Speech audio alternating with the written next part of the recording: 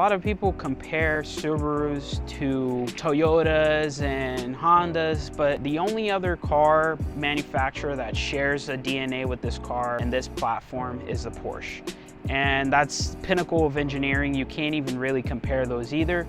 Enough of that history. Reliability. The first thing I want to cover is mod. So when it comes to reliability, the quality of your mods are gonna greatly determine the lifespan of your Subaru. I've done a previous video talking about the mod list for this car, and I also go into a little bit of detail on why I chose certain mods. You guys want to make sure that you don't get parts off eBay and you get quality parts. It's better to save and buy the quality part than to buy a cheap part. Let me explain. So suspension wise, so I used to have Rev 9's coilovers. I'm not proud of it, but I did it, and I really wanted to lower the car, and it really looked good, and the handling was pretty cool, but it did not handle all that well in terms of comfort.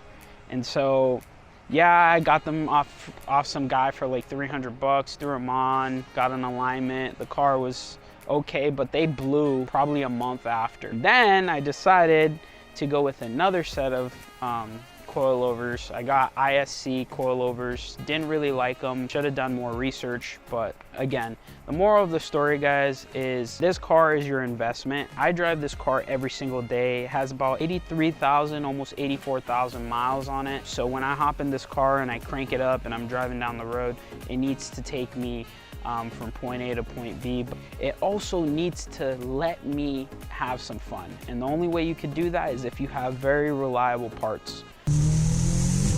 The driver is probably the most important aspect when it comes to reliability, because you're also the person caring for the car. You guys need to make sure that you are enjoying the driving experience, but it needs to be done sparingly. If you do not drive this car sparingly, it will blow up. Subarus are not really designed to be hitting red line every single light. They're very heat sensitive, they're sensitive motors. A lot can go wrong. You're running high compression already from factory and cranking more boost, tuning the car, and then running it hard consistently, it will catch up with you. And lastly is maintenance.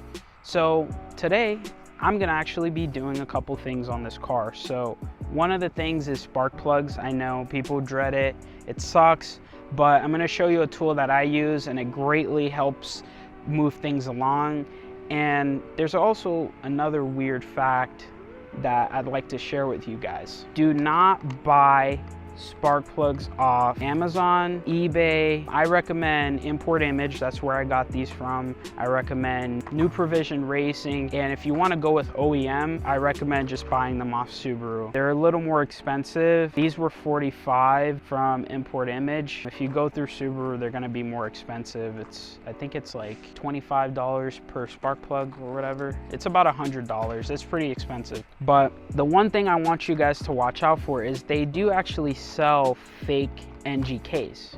Now let me show you how to know if your NGKs are fake. So this is the part number for my spark plugs. Now even if the part number matches up, all real NGKs are gonna have these 5 slash marks on the side, and they're all diagonal. There's 2 sets on each side where it says Japan. If your spark plugs do not have these 5 slashes on each side where it says Japan, that's a fake NGK. In addition to our spark plugs, we also got our oil. So I use liquid moly. Didn't always used to run liquid moly, but I did a couple of tests just seeing how the car reacts and based off my driving habits, and it holds together. I use 5W40 because I run ethanol. I'm running a much thicker weight than the, factory 5W30. I also run Perlator or Subaru OEM. I believe Perlator makes Subaru filters. Sometimes it's more convenient to get Perlator, but I do like to use OEM filters.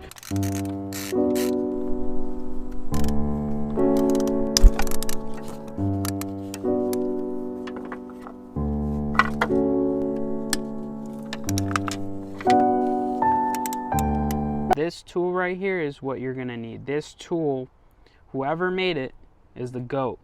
So it's combined with a swivel and a deep socket, and it's also magnetic. So what's really good about this swivel is when you put it in the spark plug hole, you can easily fit another extension on there. It allows me to get the clearance that I need to complete this job. Although this side is the easiest, the passenger side, even with the hardest one here being the one furthest in the back, right over here, it still allows me to do that.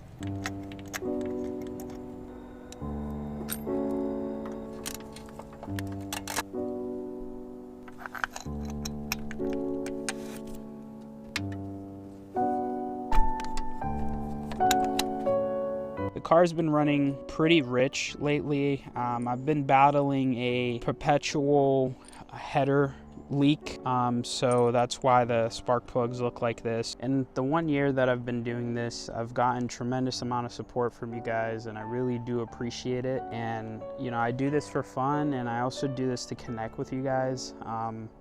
You know, I've met a lot of great people through Subarus, and you know, on my next video I'm probably going to talk a little bit more about that, because Subaru really did change my life in a lot of ways that I didn't anticipate, and I'm just very thankful. So guys, thanks again. Peace out. I'll catch you on the next one.